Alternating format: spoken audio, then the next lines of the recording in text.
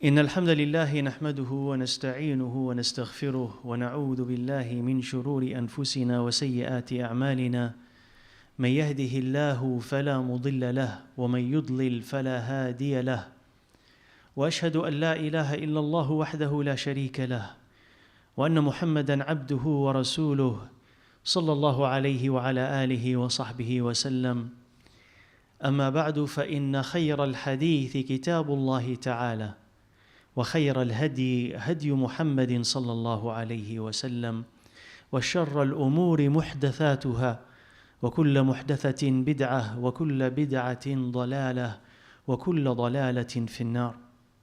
أما بعد, drug addiction is a global pandemic, and it does not only have devastating worldly effects, but it's also devastating when it comes to Iman and the hereafter.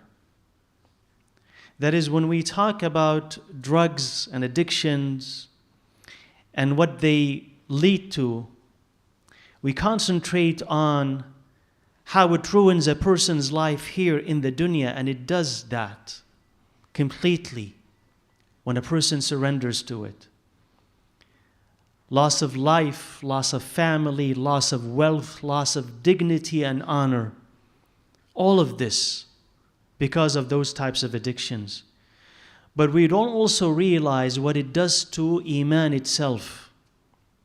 And Allah Azza wa Jal, in fighting that monster, Allah had given us in the Quran and in the Sunnah principles of halal and haram to allow us to think beyond what a non-believer may have at their disposal. So when you know that, as the Muslim scholars have said, that drugs are worse than alcohol, al-mukhaddiratu sharrun min al-khamr, because of how addictive and destructive they are. Anything that you see in the Quran and the Sunnah about alcohol applies to drugs and more. Anything that intoxicates, Rasulullah sallallahu alayhi wa alihi wa sallam said, "Kullu muskirin haram." Every intoxicant is haram. Every. So when you see anything in the Quran talking about alcohol or in the Sunnah, it applies to drugs and even more. وَيَصُدَّكُمْ عَنْ ذِكْرِ اللَّهِ وَعَنِ الصَّلَاةِ. Alcohol is described, if you take it, as a barrier between the remembrance of Allah Azza wa Jal and Salah, meaning the shaitan, as Allah describes alcohol, the shaitan calls to it. And this is a good reminder as well for those who drink or think about drinking, that the shaitan, this is rijsun min amali shaitan, defilement from the handiwork of shaitan, meaning this is his work, this is what he loves. What is the intention? One main one is, it's a block between you and Allah Azza wa Jal. It stops you from remembering Allah and from salah. The same thing applies to drugs and even more. Iman goes away. And subhanallah, the Prophet ﷺ, when he's describing addiction to al-khamr, to alcohol, he said, "Mudminul khamri ka'abidi wathan." The one who is addicted to alcohol is like one who's worshipping idols. Because both of them are enslaved. Both of them are enslaved, and they cannot let go of that addiction. And when he also, sallallahu alayhi wasallam, talked about some who do not enter Jannah, he said, "Mudminu khamr. La yadkhulul jannata mudminu khamr." One who is addicted to alcohol, he said, he does not enter Jannah. And that could mean one of two things. One is that alcohol is a major sin. So if a person dies with that sin, it delays his entry into Jannah. He may have to go to hellfire first and then be purified, and then he goes to Jannah. Or it may mean that this person will lose their Iman. That if they are addicted and they continue to be addicted, they will lose their Iman.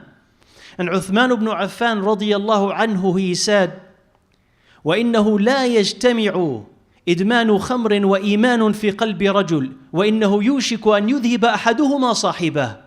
And it's authentic to Uthman ibn Affan radiyallahu anhu, where he says, addiction to alcohol and iman cannot coexist in the heart of a man.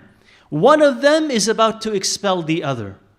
That is, either your iman will cause you to stop drinking, or either drinking or drug use and addiction to them will chase away your iman. Whatever is left of it will chase it away. So there is the real possibility, and that's the devastation that we were talking about.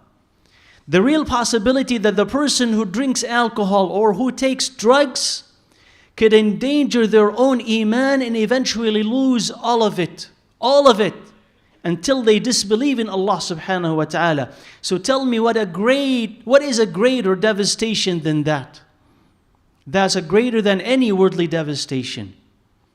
And he said, alayhi salatu wassalam, about alcohol and drugs are exactly the same. He said, Ummul Khaba'ith, the mother of all evil.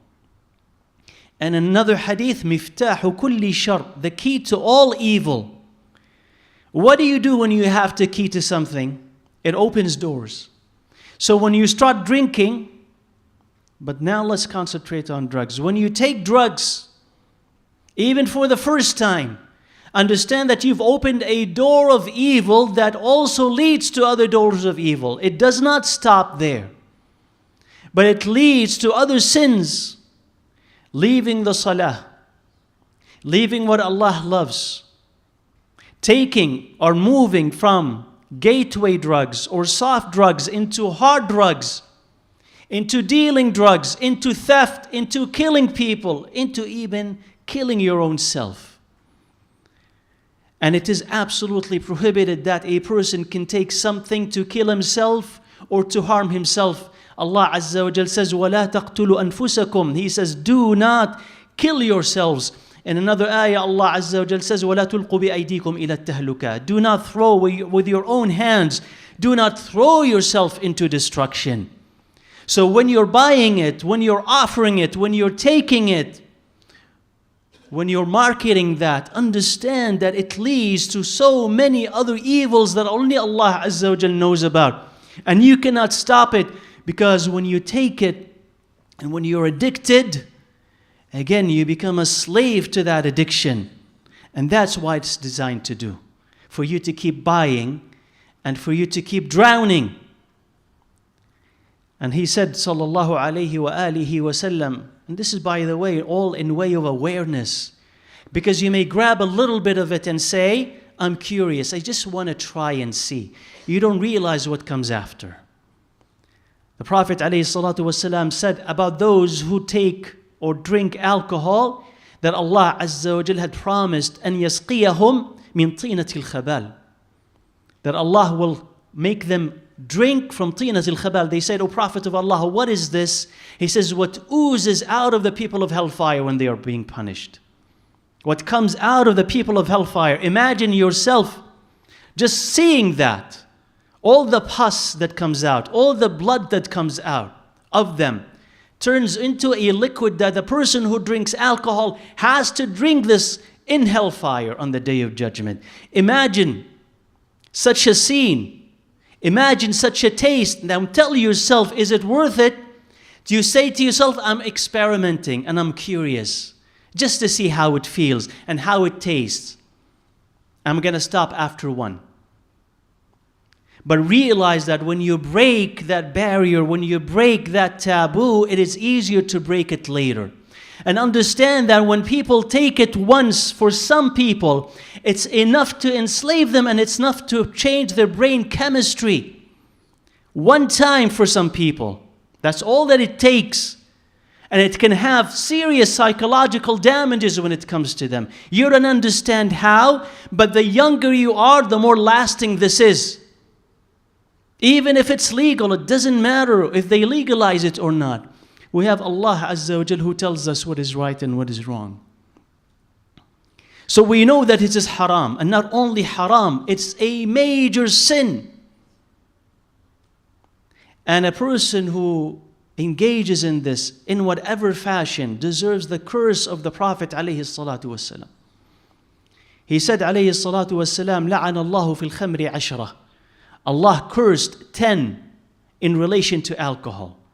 لَعَنَهَا بِعَيْنِهَا, that its alcohol itself is cursed. وَعَاصِرِهَا وَمُعْتَصِرِهَا, the one who makes it and the one who asks people to make it. And the one who buys it and the one who sells it. And the one who carries it and the one who this is carried to. And the one who buys it. And the one who offers it and the one who drinks it. Meaning anything in relation to alcohol brings you the curse of Muhammad alayhi salatu wasalam, even if you're saying, what, I'm only selling it.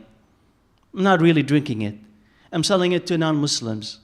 I'm not really selling it to Muslims. If you're handling this and you are eating that money, that is haram, a major sin, and may the curse of the Prophet sallallahu alaihi wasallam will fall on you. Now tell me, is it worth it? To sell your dunya, to sell your deen for the sake of your dunya, just for the sake of a few dollars. And if that's true about alcohol, it's true about drugs. So if you're taking it, if you're marketing, if you are selling, if you're peddling, if you're inviting people to it, you will deserve a curse from the Prophet ﷺ more than the curse of alcohol because of its devastation. Now, it's important to understand why people take it. First of them is ignorance, possibly. So if you're ignorant, then educate yourself and understand that none of it is halal, and all of it leads to the anger of Allah Azza wa Jal, just like a chain. You take one and it will lead you to the other. And ask yourself, what is easier, to say no when you have informed the habit now, or to try to kick that habit later on when it has overwhelmed your entire life? When you really can't think about anything else except that dose so that you could feel better. Which one is easier to give up? To say no now or later after your life had been ruined? So ignorance, yes. But it's not just only ignorance. Some are curious and bored. I just want to see. And if you want new experiences, seek new experiences, but understand some experiences are poisonous. Don't think that everything that you can eat or every place that you can go to will leave a positive print on your life. Have positive experiences, but understand that you could end your life with one of these experiences if you're not careful. And Allah had given you this mind and this body and this health as an amana. Why are you wasting them? And some people don't have much of what you have. If you say that you are bored, and yes, boredom is a killer. It's a killer. Nothing to do. So you say, let me try this and let me try that. Again, let's find better things to fill our times with. Yes, you are bored, but do you want to take something that will kill you? That will destroy your life, that will introduce so much misery to you and to your family that they can not bear, that will make you lose hope and make you lose your future. And if you're married, destroy your family and your kids. And if not married, probably erase the possibility of marriage in your future. Do you want to take something that will wreck you completely just because you are bored? Exercise, go out with friends, have healthy habits, hobbies. Fill your time with something that is useful. Come to the masjid. Just do something different, but don't say boredom is an excuse. Do something constructive with your life. And that takes us into the purpose of our lives. That we live drifting one thing to the other. I have no purpose. I have no value. So it's fine then to destroy something that you don't think is of value. I'm going nowhere. But Allah Azza wa Jal did not put you on this earth, and understand that Allah put you for a reason. Allah did not put you here for nothing. Allah put you here because there is a something that you can do, that you yourself are valuable to your family, to your kids, to your neighbors, that there's a message that you can do. You can save other people. You can educate. You can elevate. If you see yourself a worthy recipient of Allah's gift, so don't demean yourself by saying, I don't have a purpose. No, embrace the gifts of Allah Azza wa Jal and engage in dua and find your purpose. And if nothing else but to please Allah Azza wa Jal and enter Jannah, isn't that a purpose? That is supposed to be the major purpose of all of us. So what if there is no major success in this life? Success will wait for you when you meet Allah Azza wa Jal. So let that be your motivation, let that be your purpose. And here we see also the importance of the family and friends in introducing benefits and harms.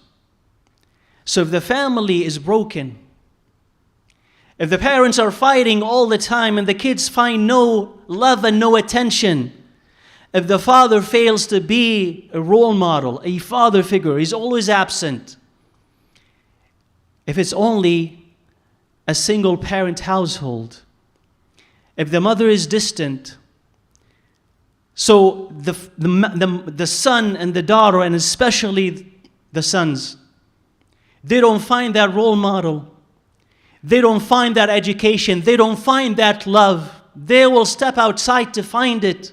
And when they step outside to find validation, to find acceptance, if they find people who will embrace them, but in order to embrace them, they will have to do certain bad things to be accepted. They will do these bad things.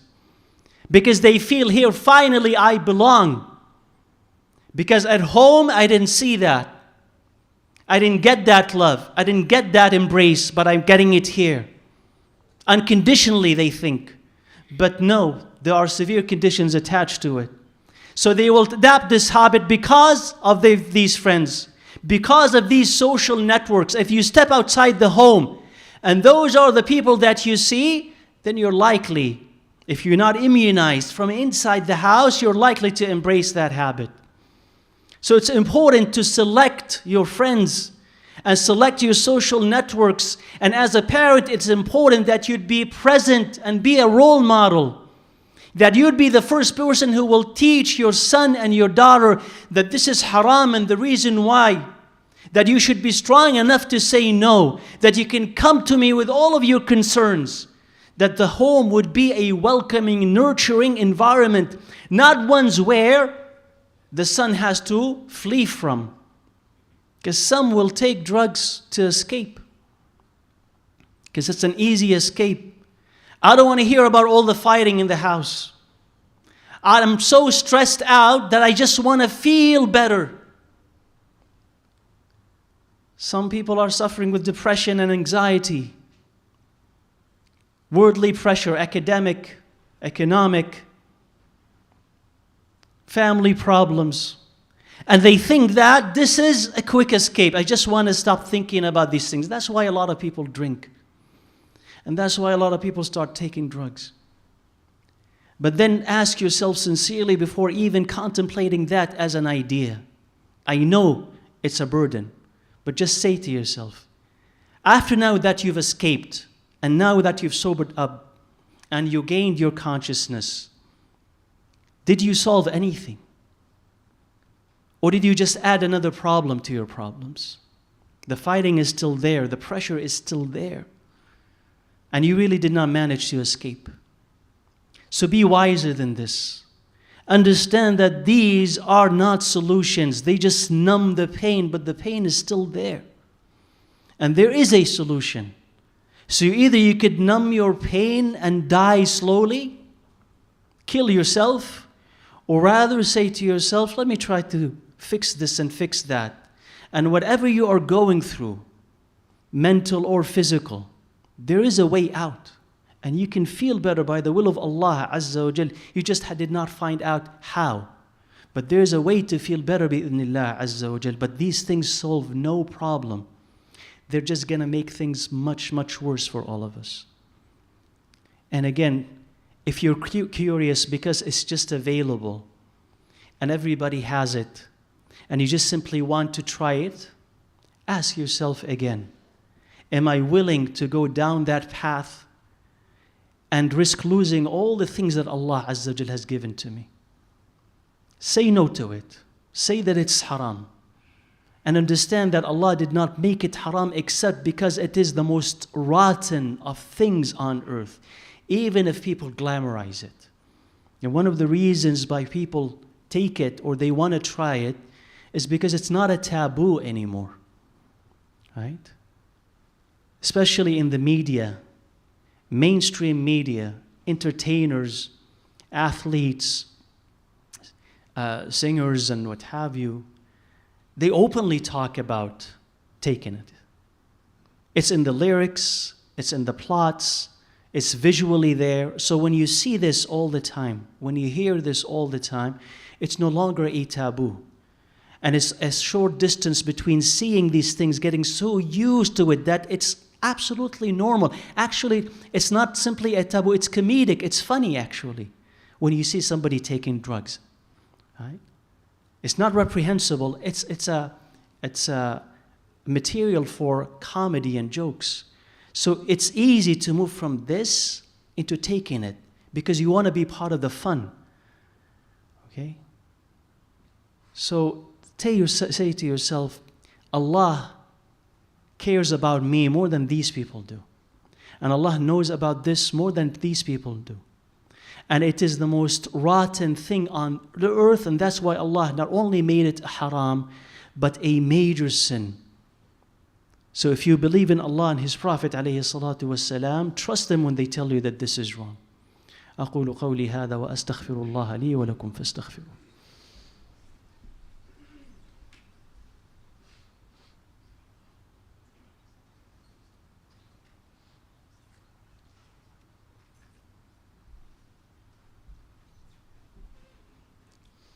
الحمد لله رب العالمين حمدا كثيرا طيبا مباركا فيه وأصلي وأسلم على رسوله محمد وعلى آله وصحبه وسلم أما بعد.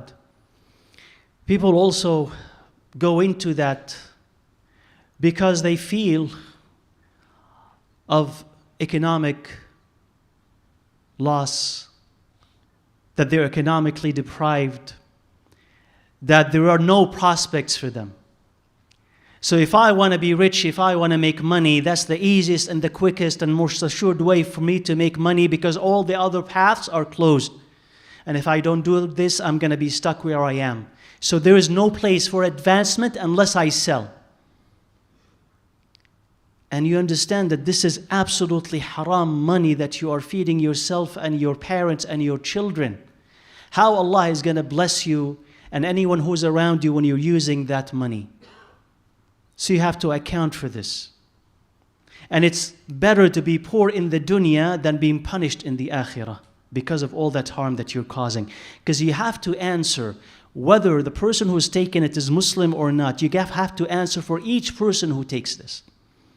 For each life that you destroy, and by extension, other lives that get destroyed because of that single life. And you think you're going to meet Allah Azza wa Jal and you're going to be forgiven like this. You're going to have hordes of people, multitudes of people standing to wait to take their right from you. And if you believe that there are no possibilities to earn and to advance, ask Allah Azza wa Jal for it. Put an effort, and maybe Allah will open doors for all of us. Some people, enter into that or take that because they feel trapped or alienated. They're trapped between cultures. So their parents don't fully understand them, and their society doesn't fully understand them. So they are lost in between. And when you're lost, there's no space to accept you or to understand you. And also they don't see any validity or meaning to their own existence. So it's easy to give up on their life and just take whatever so that they would forget and drift away. But again, understand, and here comes the responsibility of the family to understand its own society, to understand how it can integrate its own children into that society, understand the pressure that they are facing. So we shouldn't be living in two separate islands. Yes, avoid the haram in mainstream publics, in the mainstream society, but at the same time understand what your children are going through, Because these are the things that they may not be able to communicate back to you. If you feel that you have no identity lost in the middle, understand that your biggest and most important identity is that of a Muslim. Everything else comes after that. And if you really entrench that in your heart and in your soul, all the other things will slowly start making sense. If you're struggling with this, reach out and ask people. And if you actually had become addicted to it, understand that this is an affliction from Allah Azza wa Jal. If you want to get out, you can get out. But what is important is for you to realize that you want to get out. That this is not normal. That you could live a better life. Now, how to do this is, first of all, is with dua. To make asking Allah Azza wa Jal every single day, in all the sujuds that you make, on Fridays, the last hour on Friday, between Asr and Maghrib, the last third of the night, to keep asking Allah, Ya Allah, I'm addicted to X, Y, and Z, help me. Ya Allah, find a way out for me. Ya Allah, bring people who could assist me. And keep making this dua. And never give up on yourself, and never give up that Allah Azza wa Jal is listening. So keep making dua for yourself, and if you have people around you who are addicted, keep making dua for them. Because there is a way out. The second thing that you can do is that populate your time with more ibadah. As much as you can. Because the more that you pray, the more that you fast, the more that you give sadaqah, the more that you read the Quran, the influence of the shaitan will diminish. I'm not telling you that that on its own might be sufficient. It may be for some people. But I'm telling you that it's an instrumental key for healing. Make your time filled with ibadah so that you could have the resolve and the continuity to stay away from the haram. And the third, use the resources around you. Reach out, understand what is available, and let those who are willing to help, let them help you.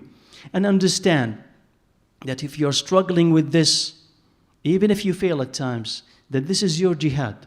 And as long as you're committed to that jihad, Allah Azza wa Jal is on your side, and Allah Azza wa Jal will grant you victory, bi'idhnillah Azza wa Jal, against the shaitan. So never surrender to it, and believe and be hopeful that Allah Azza wa Jal always has the key.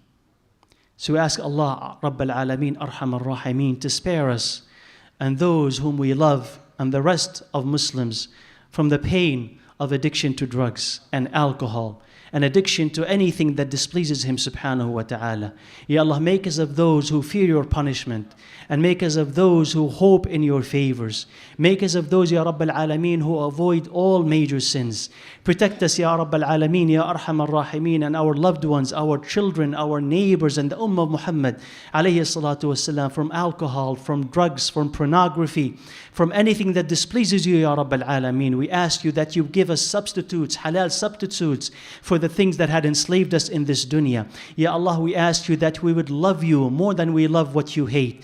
Whether we would love You more than we love ourselves. We ask You, Ya Rabb al-Alameen, that we would love You more than we would love this dunya, and that we would work for the akhirah more intensely than we work for the dunya, Ya Rabb al-Alameen. Ya Allah, we ask You for all the good in this life and in the hereafter. And we ask Your protection from all evil in this life and in the hereafter. We ask You for Jannah and everything that will bring us close to it. And we seek Your protection from hellfire and everything that will bring us close to it. Allahumma atina fid dunya hasanatan wa fil akhirati hasanatan wa qina adhab an-nar. Allahumma ya muqallib القلوب ثبت قلوبنا على دينك اللهم يا مصرف القلوب صرف قلوبنا على طاعتك اللهم أعنا على ذكرك وشكرك وحسن عبادتك اللهم نسألك الجنة وما قرب إليها من قول وعمل ونعوذ بك من النار وما قرب إليها من قول وعمل وأقم الصلاة